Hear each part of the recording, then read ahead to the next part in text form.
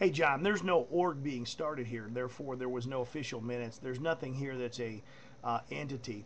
We only have one common goal, and that's to help contractors as it relates to these BMPs and the environmental issues with their local, state, and county and city legislation as far as it relates to making these BMPs. That's our common focus. We're not going to go looking for this. We're going to help and assist contractors that want the help. That's all that we're doing here. And like I said, this will never be any type of an organization as far as an official organization. It's a non-competing organization. It's an organization that's going to work with everybody and anybody that wants to work with us. We don't discriminate against anybody. If they're a mobile cleaning contractor, we're going to work with them. They're in this industry.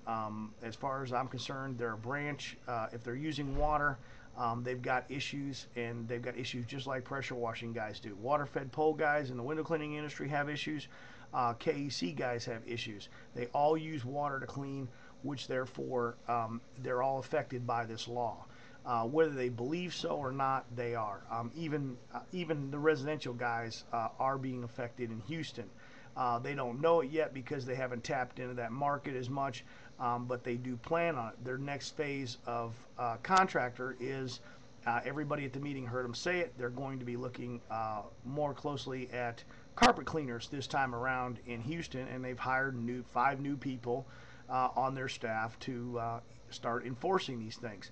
So this thing's just getting bigger and worse, and we need to correct these problems, or at least come to some terms in Houston to where contractors can continue to work in a gainful situation where it can be a positive thing for them and the city. We need to refocus on our efforts and awareness that we are in this for health, safety, and environmental issues. That's what we do. In this industry, we are portrayed as polluters, and they see us as polluters because all we talk about is putting stuff down the storm drain and how it's allowed to go down the storm drain, or how it's not allowed to go down the storm drain. Everybody seems to be confused in this, or we're only going to pollute a little bit. The bottom line is, guys, is we need to do the best possible jobs that we can, and there are other techniques and other methods out there. There's certainly a ton of them. Cost efficient, cost effective, and sometimes, not even necessary to even reclimate. Sometimes are the best practices. A lot of guys in this industry are confused. Guys that have been in this industry for 20 years are confused. We have enforcement guys here in Tempe, Arizona, on bicycles around the college. I've been stopped many times by these enforcement officers. Granted, I've never gotten a ticket, or I've never gotten a citation. Let's knock on wood. There's ways of practicing inside the jurisdiction. They're allowed, unless these cities make other ordinances that keep you from operating within the guidelines of the Clean Water Act. A lot of these things are way above the average contractor's head. A lot of these contractors that have been doing this for 15, 20 years believe and think that they know these things. Some of them do, some of them don't.